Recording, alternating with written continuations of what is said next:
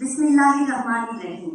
আজকের অনুষ্ঠানে প্রধান অতিথি মহামান্য রাষ্ট্রপতি জনাব মোহাম্মদ শাহাবুদ্দিন, অনুষ্ঠানের সভাপতি professor doctor AZM Zahid Hossain MP, মাননীয় মহিলা ও শিশু বিষয়ক মন্ত্রী, বিশেষ অতিথি মিস্টার স্টিফেন লিলার, বিশেষ অতিথি মাননীয় প্রতিমন্ত্রী ফারজানা শারমিন এমপি, অদম্য নারী পুরস্কারে ভূষিত সাহসী নারীগণ, সমাগত সম্মানিত সুধীমণ্ডলী, আসসালামু আলাইকুম।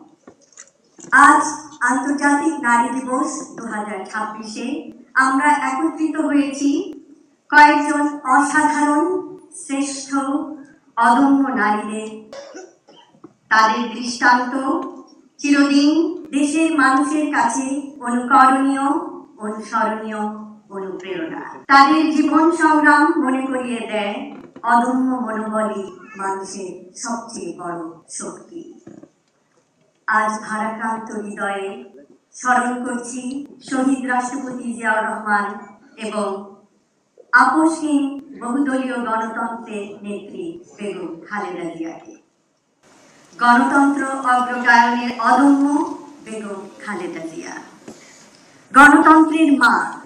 শত অত্যাচার অবিচারের ফলেও তিনি ছিলেন আপসহীন, ধৈর্যে অবিচল। তার স্মৃতি চির অব্যয়, চির অক্ষয়, অমর। তার জীবন গুরুত্বপূর্ণ শিক্ষা দেয় নারীর শক্তি তার দৃঢ়তায়, আর নেতৃত্বের শক্তি তার সাহসে।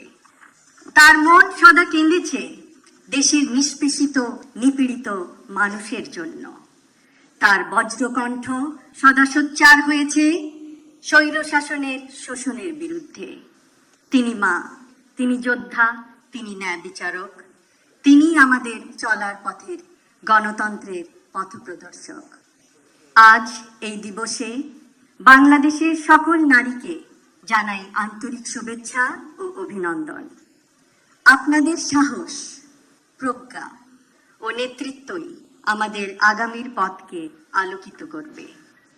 আন্তর্জাতিক নারী দিবস 2026 হোক সমতা, মর্যাদা ও ন্যায়ভিত্তিক সমাজ প্রতিষ্ঠার নতুন অঙ্গীকারের দিবস। আজকের পদক্ষেপ আগামীর ন্যায় বিচার, সুরক্ষিত হোক নারী ও কন্যার অধিকার।